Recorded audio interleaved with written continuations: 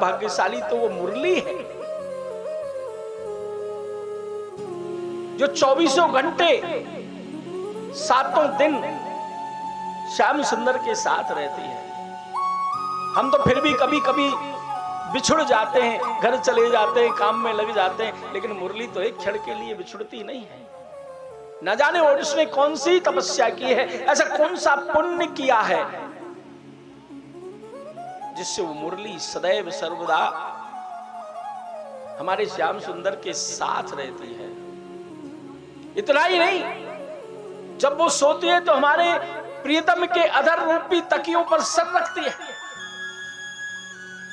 अपने चरणों को हमारे श्याम सुंदर के हाथों से दबवाती है।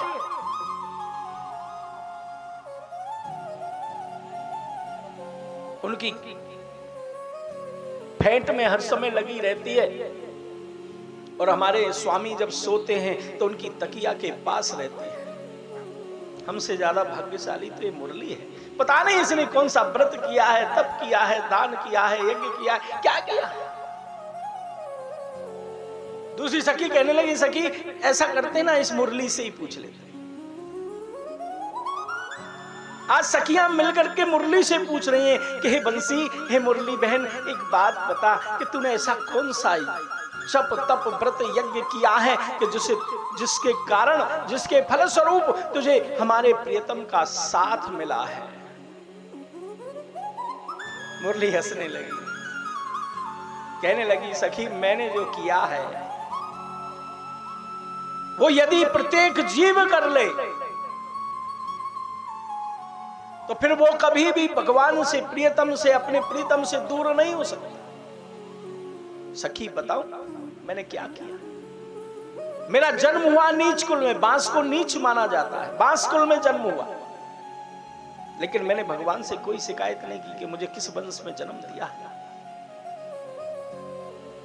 मैंने अपने ऊपर प्रकृति के थपेड़ों को सहा। सर्दी में सर्द हवाएं, गर्मी में लू, बारिश में बारिश के थपेड़े, इनको सहन करके मैं जब बड़ी होने लगी तो किसी व्यक्ति ने, एक व्यक्ति ने आकर के मुझे जड़ सहित उखाड़ लिया, मुझे जड़ सहित उखाड़ लिया। बैठ जा, बैठ जा। जड़ सहित उखाड़ लिया।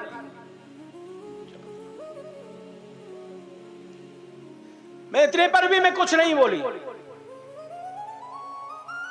मैंने उफ नहीं कहा। वो मुझे उखाड़ करके घर लेकर के आ गया, घर लाकर के मुझे निवस्त्र कर दिया। मेरे ऊपर जो बाहरी आवरण थे उनको हटा दिया। बाहरी आवरण जब हट गए, माया मोह के जब फंदे कुट हट गए, उसकी इंतहा यही नहीं रुकी। उसने मेरे अंदर के शरीर से भी मेरे राग, द्वेष, भय, क्रोध, लोभ, मोह आदि विकारों को निकाल करके मेरे शरीर को खोखला कर दिया। मेरा शरीर खोखला करने पर भी वह नहीं रुका, उसने मेरे शरीर में जगह जगह जगह जगह छेद कर दिया।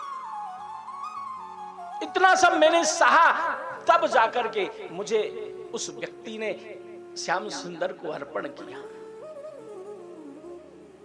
और इतना होने पर भी मैं अभिमान में नहीं आई कि मैं मेरे प्रीतम के पास पहुंच गई हूं, मुझे भगवान का सानिध्य मिल गया है, यह सोच करके मैं अभिमान में नहीं आई।